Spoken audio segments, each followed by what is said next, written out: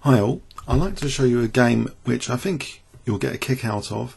It's Sergey Dolmatov again, this time playing black against Magnus Carlsen when Magnus was just 13 years old. Still a very strong, high rated 13-year-old, VD rated 2484 at the time of this game in the third Aeroflot festival held in Moscow 2004. Dolmatov was now an established GM at 2591.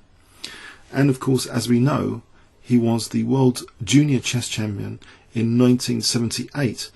So here he is playing black, very experienced now as a Grandmaster. Magnus Carlsen kicks off with knight f3, and Sergey plays a very aggressive f5, making a statement. He wants a fighting game, playing the Dutch defence. Magnus now responds with a move which is quite low on the popularity scale in response to this, but it's quite interesting. It has reasonably good results. It's the move d3. You might think, what on earth is the move d3?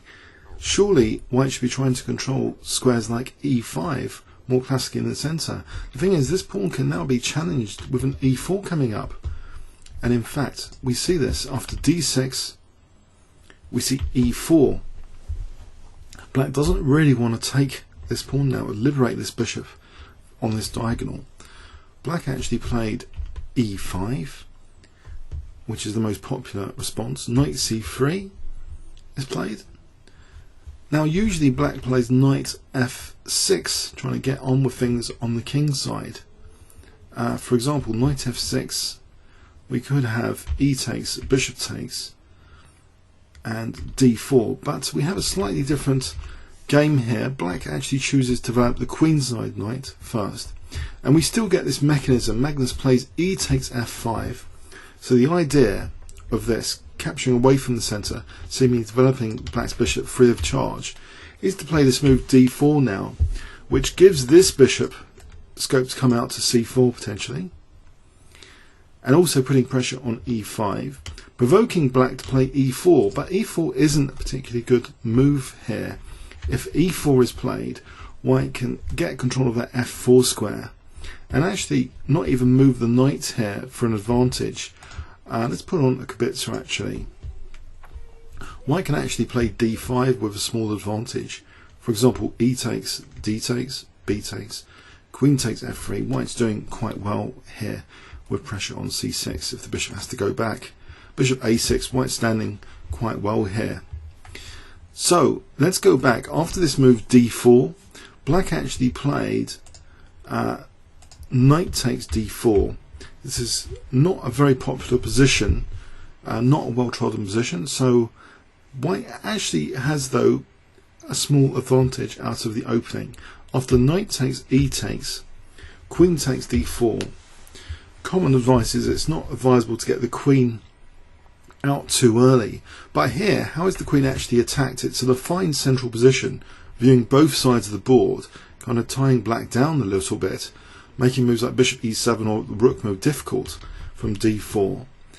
It's difficult to challenge the queen here, and also it's got queen a4 check if needed. If queen f6, that might be a useful move. So getting the queen out also, of course, facilitates castling queenside rapidly to make use of this rook potentially as well as this rook.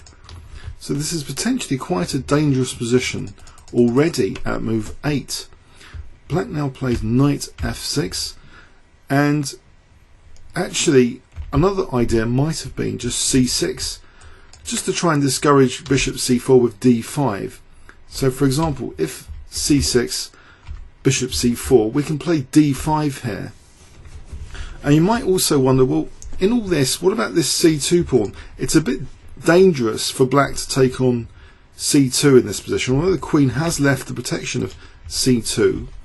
If bishop takes c2, White can actually get a reasonably good advantage with various moves, just treating it like gambit. Even queen e3 check in this position, this is quite dangerous for black. This c file is quite dangerous, and it's difficult for black not to lose the pawn back without incurring a disadvantage. This kind of position, f3 here, and the knight's coming out or white's going to get an advantage whatever happens here. It's with the two bishops. So this taking this pawn is not very advisable on c2. So black, okay, played knight f6. We saw bishop c4, and now this plan to try and restrict this bishop potentially on the diagonal. c6 is played, but it also supports queen b6 and maybe b5 as well. And in fact, we see after bishop g5, d5 is not actually technically on the cards at the moment, because this bishop is loose on f5.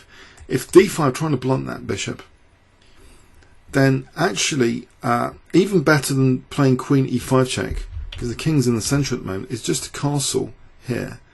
And now the threat is queen e5 check, picking up the bishop. And this is quite unpleasant for black, actually, this position. So that's not a great idea to play for d5 there. So in fact, after bishop g5, black plays b5, and the bishop drops back. And here, with the bishop dropping back, there's a kind of weakness to the last move, that this bishop is no longer controlling e2. And black could have tapped into this. And I think this is one of the best moves in the position. Black at this point, at move 11, could consider queen e7 check, just to kick the king to f1, and then cheekily castle the queen side. The queen's holding a7, there's no problem with a7. Black should be okay here. It's not there's no major serious problem going on in this position. If rook e1, queen d7, there's nothing too serious. Losing a pawn here is no big deal. Black would get good compensation there. So okay, instead though, black played bishop e7. This is arguably the first major mistake, because now it's actually much more difficult to achieve castling queenside for black, and white has the luxury of casting queenside, and with multiple threats here now in the position, including just centralizing the rook. You know, the king's not going anywhere at the moment, can't castle kingside. g4 might be on the cards as well, because if bishop takes g4, bishop takes f6, and this is hanging, this is creating some problems. So in this position we see queen d7 trying to castle queenside, but now after rook he1, in fact technically there's a big issue now with casting queenside. If black castles queenside here, then actually the move g4 is exceptionally powerful. There's a pin on e7 here, so knight takes g4, there's rook takes e7, thank you very much, winning a piece. And on bishop takes g4, there's rook takes e7, creating that pin, which can be exploited now with queen takes g4 check.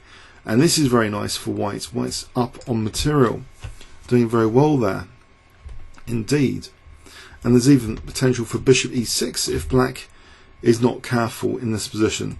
For example, rook d7, bishop e6, just pinning and attacking the knight. So black has to tread carefully there and his material down in any case. So for this reason, the rather diabolical looking king d8 is chosen in this position.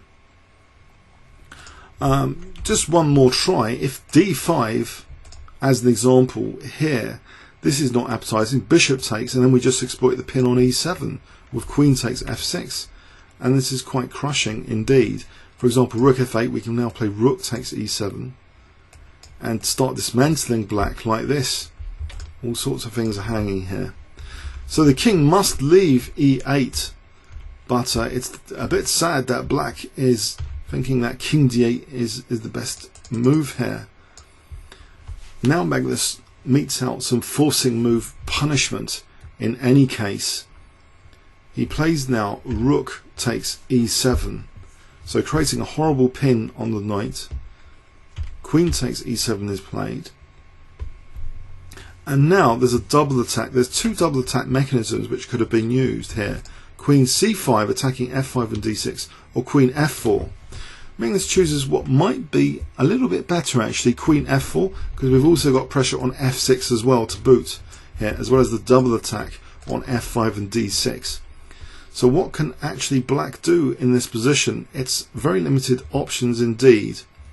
He tries bishop d7, and now Magnus could have played rook takes d6. It's a very, very nice position, but maybe black's going to wriggle a little bit after king c8. There's some wriggling opportunity. If rook takes f6, g takes, there's always a queen e1 check possibility here, or rook f8, and actually black's better. So white's got to tread quite carefully here after rook takes d6. But Magnus instead plays a much more clear-cut continuation, much more powerful, in fact, than rook takes d6, at least from a human point of view, to cut out complications. It's knight e4. What does black actually do? There's a huge threat now of just taking on f6 or taking on d6 with either the rook or the knight, or taking on f6 with the bishop and then taking d6. It's horrendous there. So black's d6 is under fire. He plays d5 and invites what seems to be a horrible move, knight takes f6. And there's only one thing that black can do now. This is the idea, to play h6 here. So if white plays knight takes d7, then that's a slip up. H takes g, and actually black's on the board again. Whereas the knight actually going, the knight's kind of stranded. That would be blowing the advantage in one fell swoop, in fact. But Magnus plays the best move. He plays bishop h4, and he's got another idea. There's a weakness of the last move created here from g5. When a pawn moves like this, it's exposing things either on the left or the right if there's rooks on an adjacent file. But when a pawn moves, you can also look at the diagonals. And here there's a weakness of the last move on the diagonal with that pawn moving, exposing a rook which wasn't previously an issue at all in the position. And we see now that after queen d4, Magnus is staring at that rook. He's penetrated that weakness of the last move very, very incisively. So incisively that black was convinced his position is now busted and actually resigned here. The reason, for example, if g takes h4, knight takes d5 hits the queen and the rook, and black's going to be at least 2 pawns down with a wrecked position. If c takes d5, for example, queen takes, queen e8, check, and we can pick up another pawn here, and d5 is very, very loose. So we're going to be like 3 pawns down, or rather Dolmatov, Paul Dolmatov, is going to be 3 pawns down here. Engines have this as minus 6 for black, plus 6 for white or more. This is a disaster, this position, and the king has still got problems with bishop c6 as well, potentially on the cards. So in this position, after queen d4, black resigned. And Magnus at 13 impressed IM and FIDE senior trainer Alexander Sergeyevich Nikitin, who was Kasparov's trainer. He said, Nikitin, he was watching this game and he started to go around the tournament hall breathlessly saying, with his score sheet of the game with him, "This is the game of a genius." Comments or questions on YouTube? Thanks very much.